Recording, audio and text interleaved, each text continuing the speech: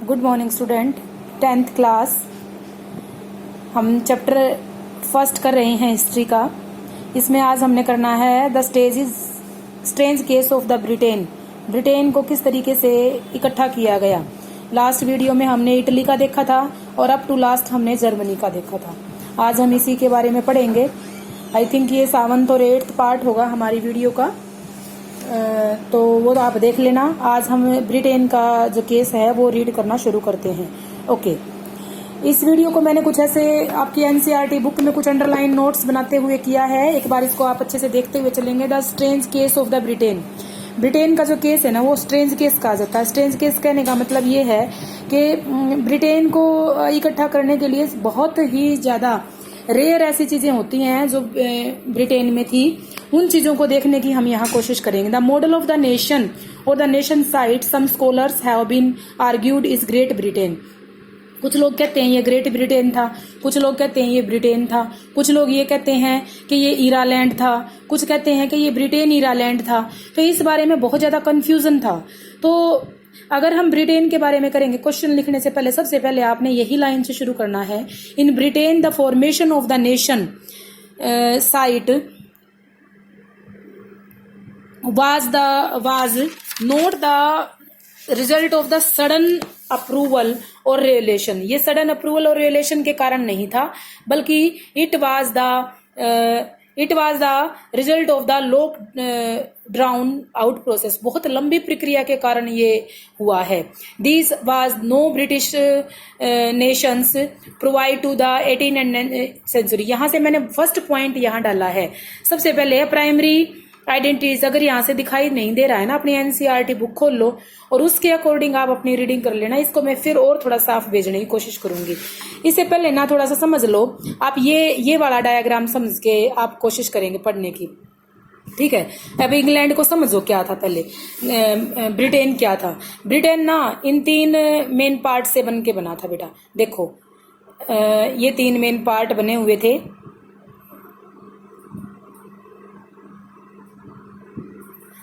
यहां से मैं अभी करवाना शुरू करती हूँ। ब्रिटेन के ये 3 मेन पार्ट बने हुए थे। एक बार और रुक जाओ बेटा थोड़ा सा।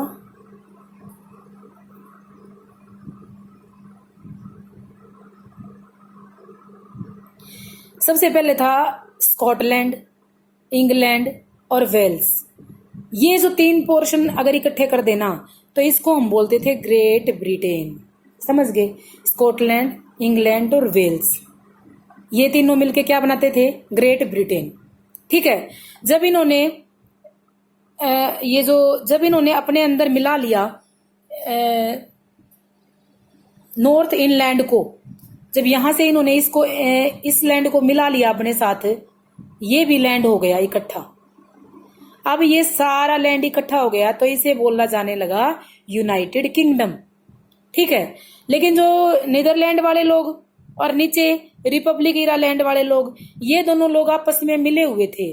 जब हम इन दोनों के बारे में बात करेंगे तो ये ईरालैंड कहा जाता था। फिर एक बार देख लो, एक बार फिर से मैं बताती हूं।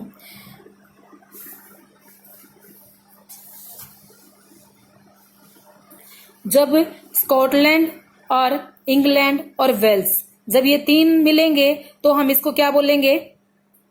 Great Britain. ये 3 जब मिल जाएंगे तो बोलेंगे ग्रेट ब्रिटेन। यहां मैंने ग्रेट ब्रिटेन लिखा हुआ है। जब इन्होंने आयरलैंड को भी अपने अंदर मिला लिया तो ये बन जाएगा यूके, यूनाइटेड किंगडम। और सिर्फ नीदर ईरालैंड और रिपब्लिक ईरालैंड इकट्ठे बात करेंगे तो ये होंगे ईरालैंड। और ये टोटल जो होगा वो होगा ब्रिटिश एम्पायर। ठीक है। आई थिंक अच्छे से तुम्हें हो गया। अब मैं इस चैप्टर को पढ़ाना फिर से शुरू करती हूँ। अब यहां से देखें। अब यहाँ पे सबसे पहले था, सबसे फर्स्ट पॉइंट जो मैंने बनाया है, the primary in identity of the people who inhabited in British else were ethnic.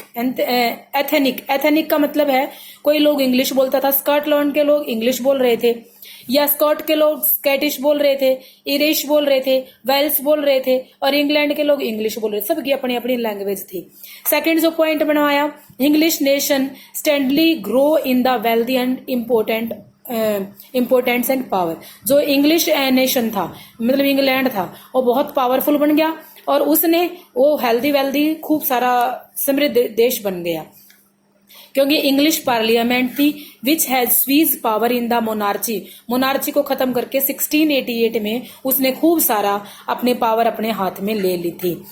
एक एक्ट पास हुआ, द एक्ट ऑफ यूनियन 707 में बिटवीन इंग्लैंड और स्कॉटलैंड। इसके थ्रू स्कॉटलैंड के जितने भी लोग हैं वो ग्रेट ब्रिटेन का हिस्सा बन जाएंगे। United kingdom of great Britain का नाम लेंगे स्कॉटलैंड को अपने अंदर मिला लेने से, ठीक है। और स्कॉटलैंड को इन्होंने अपने अंदर मिला लिया। नीचे आ जाओ फिर, Scotland highlight the forbidden of speak in Gaelic language, मतलब उनके ऊपर जोर दिया जाने लगा अपनी लैंग्वेज छोड़ के और ये लैंग्वेज बोलो। और वियर द नेशन ड्रेस, उन्हें नेशन ड्रेस, राष्ट्र की एक अलग ड्रेस उनको दे दी गई। Large number of forcibly drive out of the homeland, वो लोग अपने देश को छोड़ के जाना पसंद करने लगे। नेक्स्ट पैराग्राफ में, अब स्कॉटलैंड तो इनके अंदर मर्ज हो गया, इंग्लैंड का हिस्सा बन गया। वो किसके कारण बना? 1707 के एक एक्ट जो यूनियन ऑफ एक्ट पास हुआ उसके कारण बना। नेक्स्ट जो है, ईरालैंड में भी कुछ ऐसी ही बातें चल रही थी। ईरालैंड मतलब नेदर ईरालैंड एंड द रिपब्लिक ईरालैंड, इन दोनों में भी यही बातें चल रही थी। यहाँ पे भी कैथोलिक धर्म के लोग और प्रोटेस्टेंट धर्म के लोग रह रहे थे। अब ऊपर जो लोग थे वो उनका धर्म कुछ इंग्लिश धर्मों के साथ उनकी हेल्प करते थे। ईरालैंड वाले लोग तो उनकी हेल्प करते थे, क्योंकि वो उसका ग्रेट ब्रिटेन का हिस्सा बनाने के लिए उनको मिला लिया अपने अंदर। किसने मिलाया? वोल्फटोन ने इनकी हेल्प की और यूनाइटेड ईरालैंड बना लिया 1798 में, ठीक है। यूनाइटेड ईरालैंड मतलब ईरालैंड को अपने अंदर मिला लिया। अब नीचे रह गए जो वो रिपब्लिक ईरालैंड वाले लोग रह गए। अब रिपब्लिक ईरालैंड वाले लोग थे वो ईरालैंड के साथ तो अपना काम करते थे, लेकिन रिपब्लिक ईरालैंड के साथ दोनों की तो आपस में अंडरस्टैंडिंग थी। इन दोनों की तो आपस में अंडरस्टैंडिंग बन जाती थी। अब ये जो है ये एरिया तो इसके अंदर जाके मिल गया, लेकिन इन दोनों की आपस में बहुत ज्यादा, इन दोनों ने आपस में अपनी एक सहमति से बनाया हुआ था। ये जरूरी नहीं था कि ये इनकी बात माने, तो इसको अलग से बनाया जाने लगा, रिपब्लिक ईरालैंड के नाम से जाने लगे। अब उन लोगों के सामने बहुत सारी प्रॉब्लम आ रही थी। वो सारे ब्रिटिश नेशन तो थे, ये सब जो था वो ब्रिटिश नेशन तो बन गया, लेकिन उन लोगों के अंदर क्या क्या प्रॉब्लम आई? उनका जो ब्रिटिश फ्लैग था यूनियन जैक, वो उसकी प्रॉब्लम आई। नेशनल एंथम की प्रॉब्लम आई, क्योंकि उनके धर्म अलग अलग थे, भाषाएं अलग अलग थी। अब उनको नेशनल एंथम की प्रॉब्लम है, लैंग्वेज की प्रॉब्लम आई।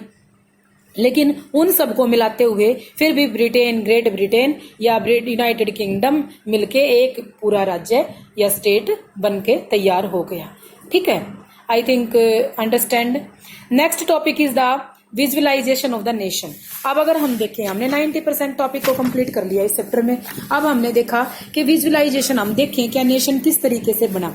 यहाँ पे आता है एल ग्लोरी। ग्लोरी का मतलब होता है रूपक, मेन। देखो यहाँ सिर्फ ये बात बताई गई है कि एक आर्टिस्ट ने 1819 जब सबसे शुरू में जब हमने इस चैप्टर को शुरू किया था तो आप लोगों को पेंटिंग दिखाई थी, और उस पेंटिंग के अंदर एक जो ये वाली जो पेंटिंग है, ये इस तरीके की एक माता या भारत माता या वहां की एक ग्लोरी सिंबल दिखा के एक लेडी का रूप धारण दे दिया था। ग्लोरी का मतलब होता है, नीचे इंडेक्स में भी दिया गया है, मैंने एब्स्ट्रैक्ट आइडिया, कोई पर्सोनिफिकेशन या कोई आपके दिमाग में कोई ऐसी चीज बना ली जाए, जैसे भारत को भारत माता के नाम से जाना जाए तो आप उसके बहुत ज्यादा ध्यान देते हो और अपने मतलब प्राणों की देने के लिए तैयार हो जाते हो, भारत माता की बात आती है तो। यहाँ एक एब्स्ट्रैक्ट देने की बात थी, फ्रीडम को, लिबर्टी को, इंस्टेंट ग्रीड, एवनी is express through the person, किसी पर्सन से या किसी थिंग से। इसलिए उसको एक allegorical story, two meaning and literal और सिंबॉलिक, दो मीनिंग देके उनको बना दिया जाता है। यहाँ पे एक लेडी का रूप दिया गया, दोनों अलग अलग स्टेट्स की बात करेंगे हम।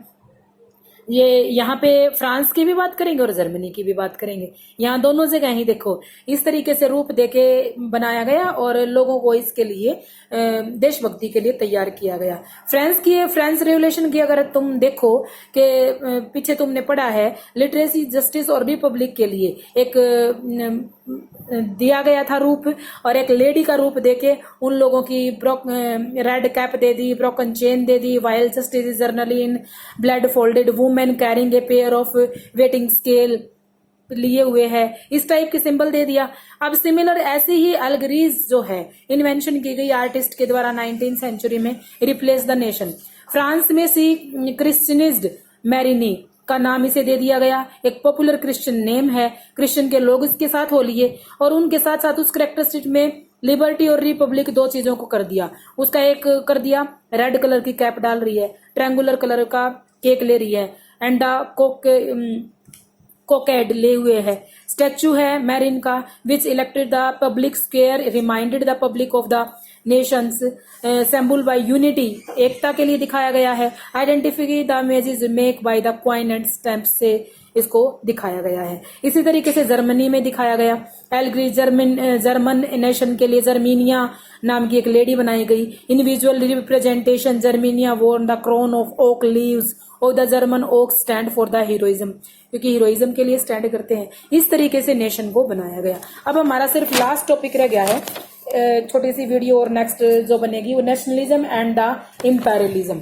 यहाँ तक कि आपने अपने अच्छे से चैप्टर की रिवीजन करनी है और नोट्स को रीड करते हुए यहाँ से भी कुछ नोट्स पॉइंट आउट कर लेना। Okay, thank you, have a nice day.